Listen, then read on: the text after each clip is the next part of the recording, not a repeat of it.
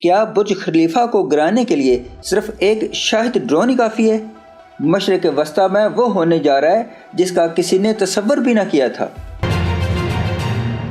السلام علیکم ناظرین، میں ہوں مظہر ملک اور آپ دیکھ رہے ہیں اڈیرا نیوز۔ چینل کو فوراً سبسکرائب کریں کیونکہ خبریں اب قابو سے باہر ہو رہی ہیں۔ تصور کریں 50 شاہد ڈرون دبئی کے اوپر، 40 دوحہ کے اوپر، اور ریاض و جدہ بھی اب دور نہیں ہیں۔ ایران کا یہ سستا شاہد ڈرون دنیا کے لیے سر درد بن چکا ہے۔ چند ہزار ڈالر کا ڈرون گرانے کے لیے اسرائیل اور امریکہ کو لاکھوں ڈالر کا میزائل چاہیے۔ یہ جنگ اب ہتھیاروں کی نہیں، جیب کی بن چکی ہے۔ ابھی تو صرف ابنائے ہرمز بند ہوئی ہے۔ یمن سے ایک اشارہ ملا تو بحر احمر اور نہر سویز بھی بند ہوتے دیر نہیں لگے گی۔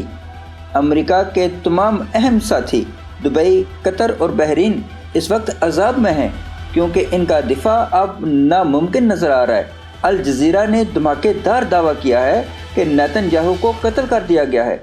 اگر یہ سچ ہے تو نقشہ بدل جائے گا۔ ادھر ایران نے اپنا ہائپر سونک میزائل اسرائیل کے شہر ایفا میں داغ کر تباہی مچا دی ہے۔ ناظرین اکرام، کیا دنیا تیسری عالمی جنگ کے دہانے پر ہے؟ اپنی رائے کمنٹ میں دیں اور اڈیرا نیوز کے ساتھ جڑے رہیں۔